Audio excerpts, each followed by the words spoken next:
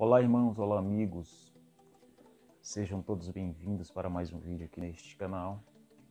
Desde já quero agradecer a todos os novos inscritos que vêm se inscrevendo em nosso canal. Também pedir desculpa, pois estivemos uns dias ausentes e sem postar vídeos. Mas hoje, pela graça de Deus, estamos aqui de volta para compartilhar convosco mais uma vez, mais uma reflexão da Palavra de Deus.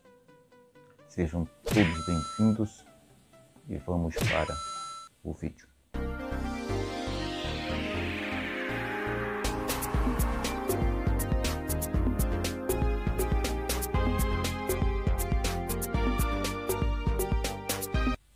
Segundo livro de Crônica, capítulo do número 26. Segundo livro de Crônica, capítulo de número 26. Estarei lendo o versículo de número 19. Então Uzias se indignou e tinha o incensário na sua mão para queimar incenso. Indignou-se, pois, contra os sacerdotes. A lepra lhe saiu à testa perante os sacerdotes na casa do Senhor, junto ao altar de incenso. Pois bem, meus irmãos, esta palavra reflete-nos a insatisfação na vida de uma pessoa que aparentemente tinha tudo ao seu dispor. Mas pelo fato dela não conhecer, mesmo tendo tudo ao seu dispor, ela não teve humildade suficiente para reconhecer seus limites de atuação. Pois este homem se chamava Uzias. Uzias foi um dos reis mais proeminentes da história de Israel. E devido ao seu grande êxito administrativo, Uzias, em algum momento da sua vida, ele se depara com a maior das decepções por não entender e não saber distinguir as suas funções no que diz respeito ao reino monárquico e também as funções no que diz respeito à parte administrativa e espiritualmente que era exercida pelos sacerdotes. Pois bem, Uzias, ele começou a reinar muito jovem, talvez ainda na adolescência, com 16 anos, e ele serviu ao Senhor com muita integridade, mesmo não se opondo direto ao sistema idolátrico que predominava naquela época no reino norte de Israel, mas na sua singularidade, no seu domínio, ele se preocupou em servir ao Senhor. E isso fez com que ele viesse lograr grande êxito e ter uma vida muito próspera. E a intimidade dele com Deus, ela aparentemente o fez pensar que podia tudo. E eu creio que a intimidade com falta de maturidade foi o grande problema na vida de Uzias, pois ele se sentiu em algum momento tão íntimo de Deus que ele desconheceu as limitações, as fronteiras que o dividiam de algumas funções que era especificamente exclusiva dos sacerdotes. Pois ele teve o desejo de adentrar na presença do Senhor. E a Bíblia nos diz que o sacerdote, para o seu bem, tentando fazê-lo voltar à realidade, fazê-lo voltar do grande ego que estava insuflado, quis orientá-lo. Os sacerdotes vieram, ele, o rei, você não pode fazer isso, não pode adentrar no santuário e fazer incenso, oferecer incenso a Deus. E o versículo onde lemos nos diz que o rei se indignou, enfureceu-se, outras versões e outras dizem irou-se muito, por ter sido confrontado diretamente com esta verdade. E aqui eu observo, talvez esse seja o ponto principal da reflexão, eu observo aqui que o ser humano ele não gosta de ser confrontado principalmente quando ele desconhece as fronteiras de limitação, sendo que ele tem grande poderio ao seu dispor, mas isso não significa dizer que por termos um alto poder aquisitivo, por termos uma alta influência na sociedade, por sermos uma pessoa popularmente conhecida, não significa dizer que podemos tudo, pois existem campos de atuação, existem condições, existem regras e limites. Nós vemos na vida de Uzias uma pessoa que começa bem jovem, mas que termina mal. E isso se dá pelo fato de ele não saber administrar os seus limites. E a Bíblia nos diz que Uzias se irou, se indignou, porque ele foi confrontado com a verdade que ele não podia entrar no santuário. E não fazia sentido a Bíblia dizer que Uzias se indignou, se irou, se ele não achasse que estava fazendo a coisa certa. Porque se Uzias ele tivesse a consciência e a humildade de achar que estava de fato errado, ele não teria se irado, ele não teria se indignado, Mas ele se indignou por achar, não, eu estou fazendo a coisa certa e estão me repreendendo. Por isso o motivo da sua indignação. Então percebemos aí um confronto direto, um confronto verbal e direto com a pessoa, a autoridade máxima do reino, mas que desconhecia os seus limites. Isso fez com que o rei despertasse no rei esta indignação.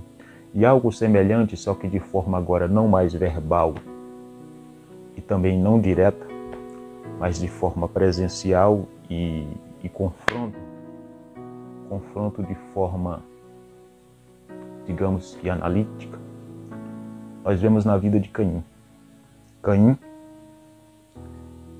ele viu seu irmão Abel oferecer o sacrifício a Deus, pegou a primícia dos seus rebanhos e ofereceu, e Deus recebeu, ao passo que Caim também pegou dos frutos da terra e ofereceu a Deus.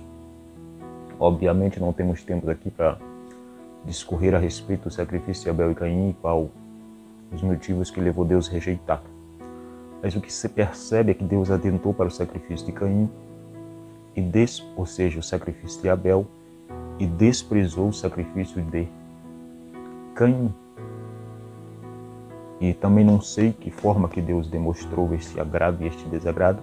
O certo é que foi conhecido de Caim este desagrado, ou seja, Caim foi confrontado diretamente porque viu seu irmão Abel fazer o certo e Deus se agradar e não se agradar do dele. Então aquilo trouxe confronto para a vida de Caim, a ponto da Bíblia dizer que também Caim se irou.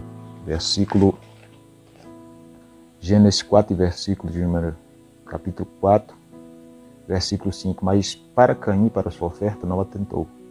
Irou-se Caim fortemente e descaiu-lhe o semblante. Ok?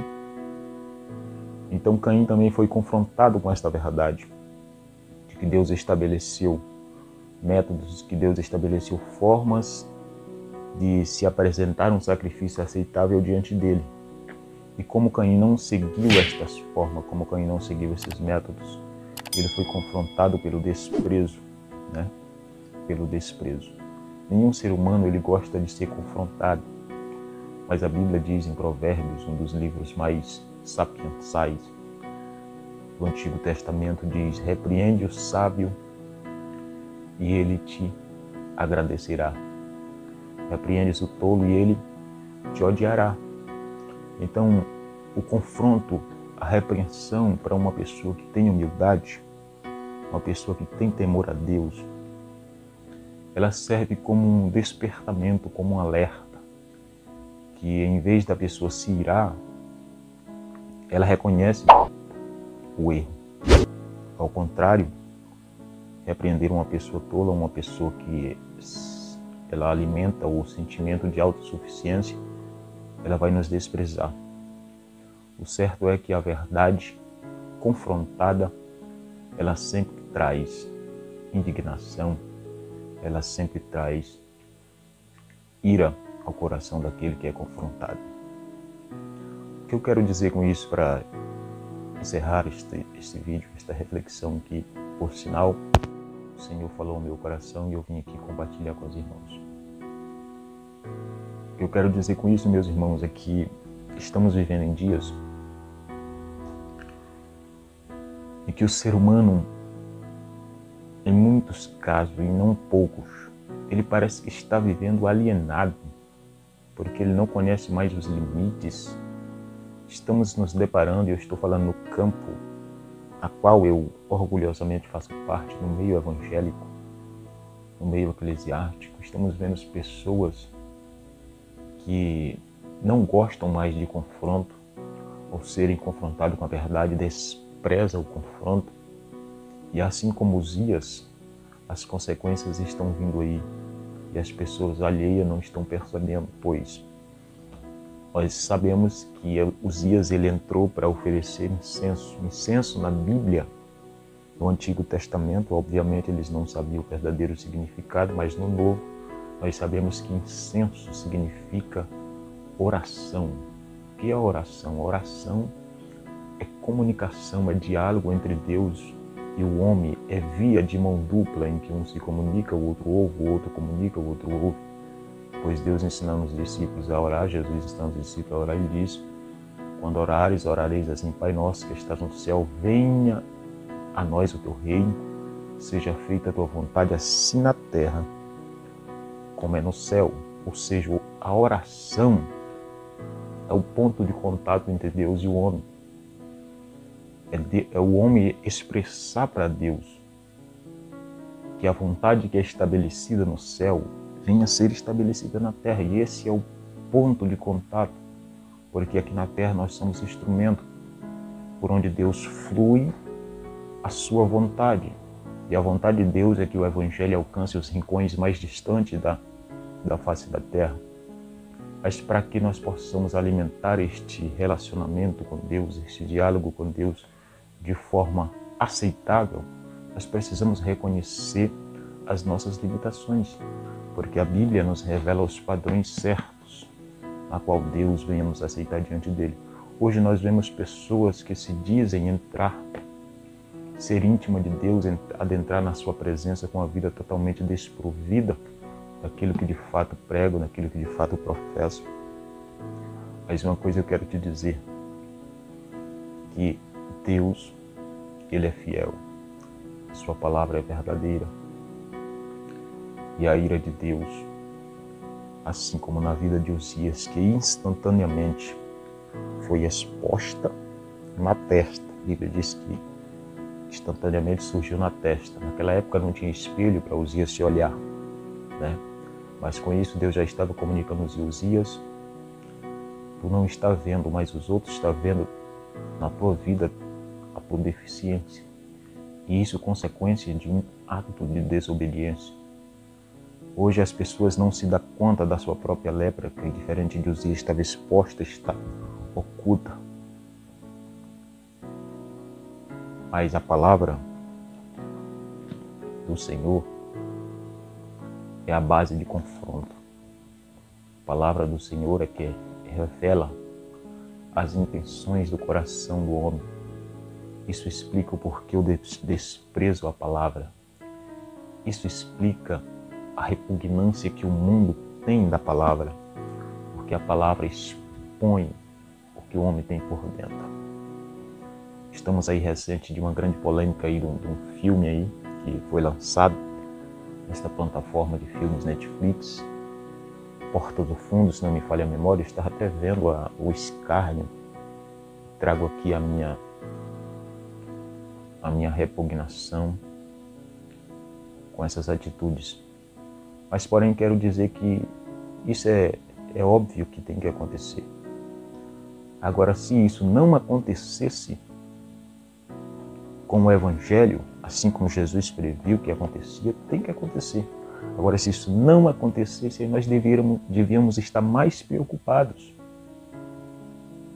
Porque se isso não acontecesse, se o Evangelho verdadeiro, se o Evangelho puro de Jesus não produzisse no coração do homem o sentimento de desprezo por ele, aí nós devíamos estar preocupados, mas isso não é motivo de nós nos preocuparmos. É motivo de, quanto mais escarnecermos, mais sejamos íntegros à palavra do Senhor. Quanto mais se escarnece, mais sejamos puros aos olhos de Deus.